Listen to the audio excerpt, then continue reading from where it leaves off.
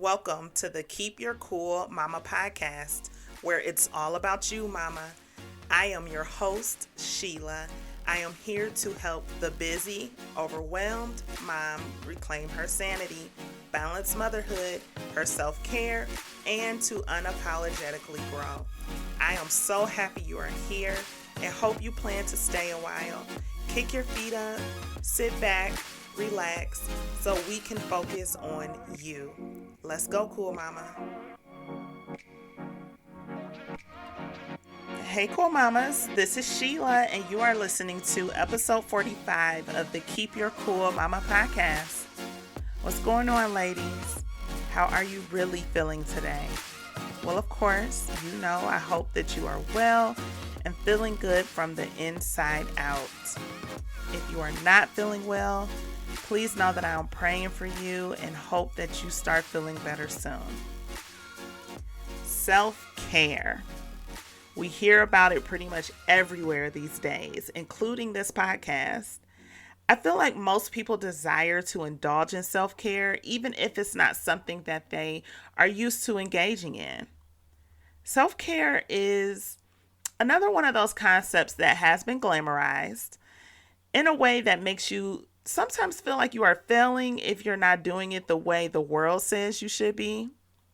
By the world, I really mean social media and how it's portrayed on the virtual big stage.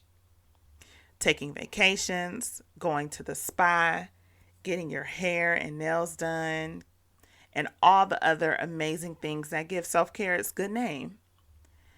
I want to be honest with you.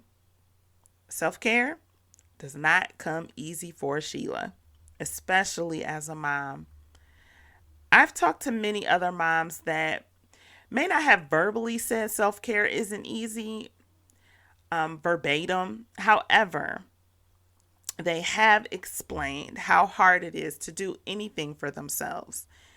They have described the difficulty that comes with trying to care for yourself in any way, as a mom.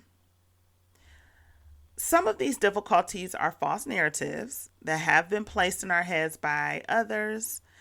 Some of the difficulties are due to the exhaustion that comes with motherhood.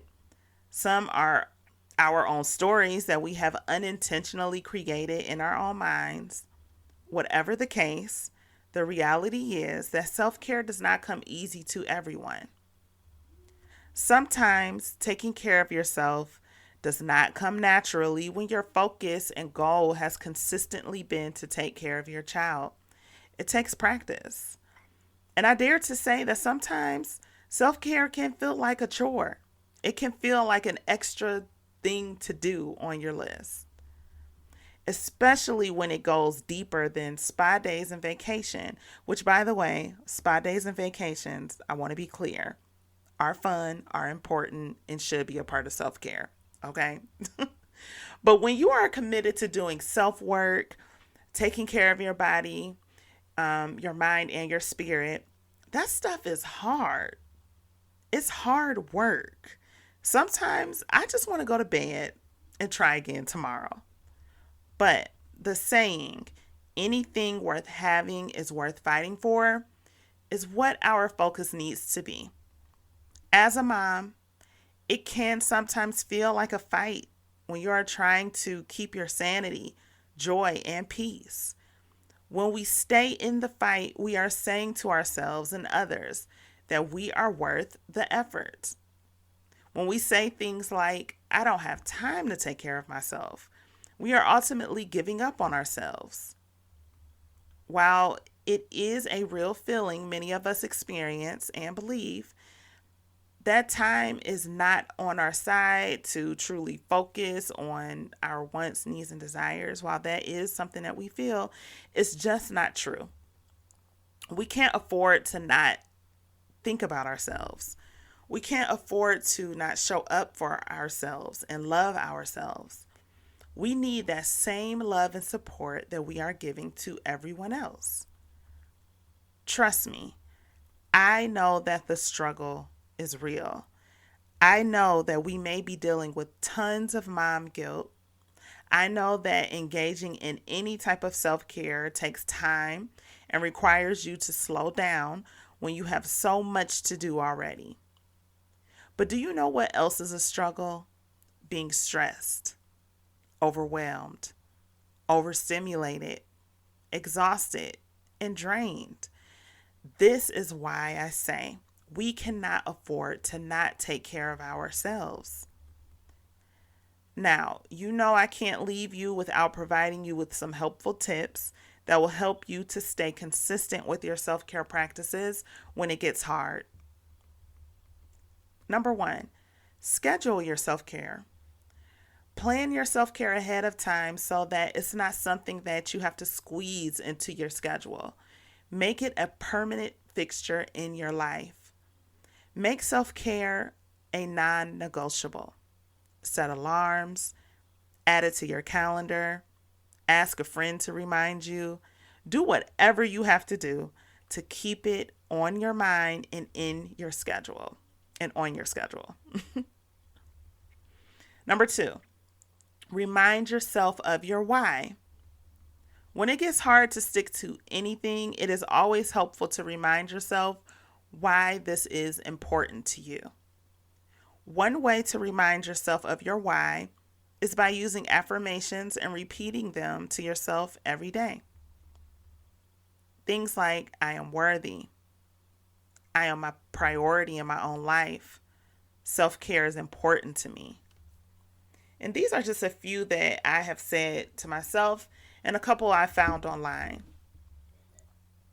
Well, one I say to myself and the other two I found online. Being a busy mom can sometimes cause you to lose sight of your why, and we need to be reminded often to stay consistent. Number three, if you fall down, get back up and try again. Life happens. Sometimes we may start and stop more than we'd like to admit, but that's okay. Stay kind and compassionate to yourself. Start over as many times as you need to. Practicing self-care is not a race that ends once you make it to the finish line. You are not competing against anyone. You are allowed to fall and get back up. Don't give up on yourself. Remind yourself that you can do challenging things and keep it moving. You got this. Number four, get an accountability partner. Ask a family member or friend to hold you accountable. Ask them to text or call you once a week to make sure you are keeping up with your self-care routines. Ask them to encourage you when you feel like giving up. Accountability is so helpful. It reminds you that you are not alone in this world. Number five, just do it, as Nike says.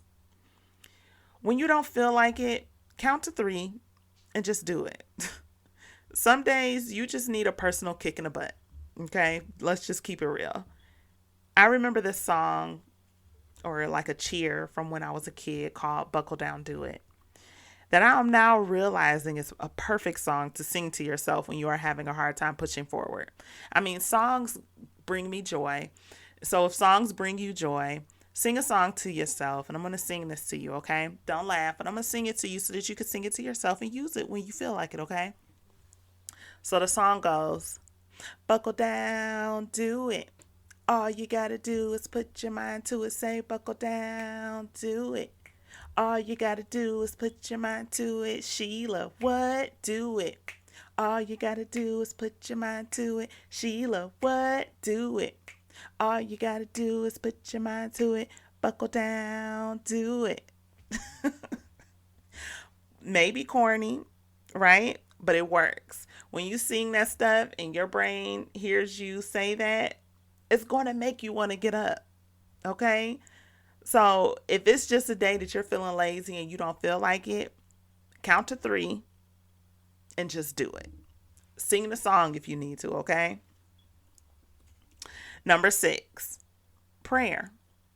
You already know what I'm going to say. Ask God to give you the strength and the courage to take care of yourself.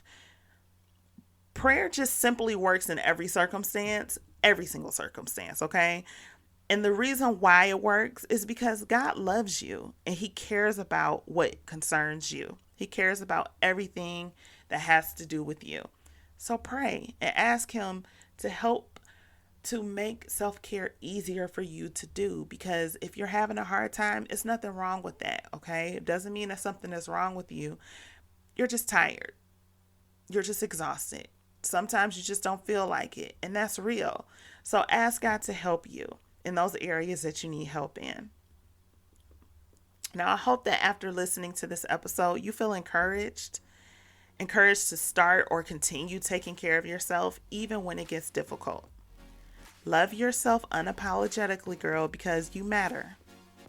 And as always, I want you to remember that you are loved, you are beautiful, and you are enough. Until next time, remember to keep your cool, mama. I love you guys, and I'll talk to you next time. Bye-bye.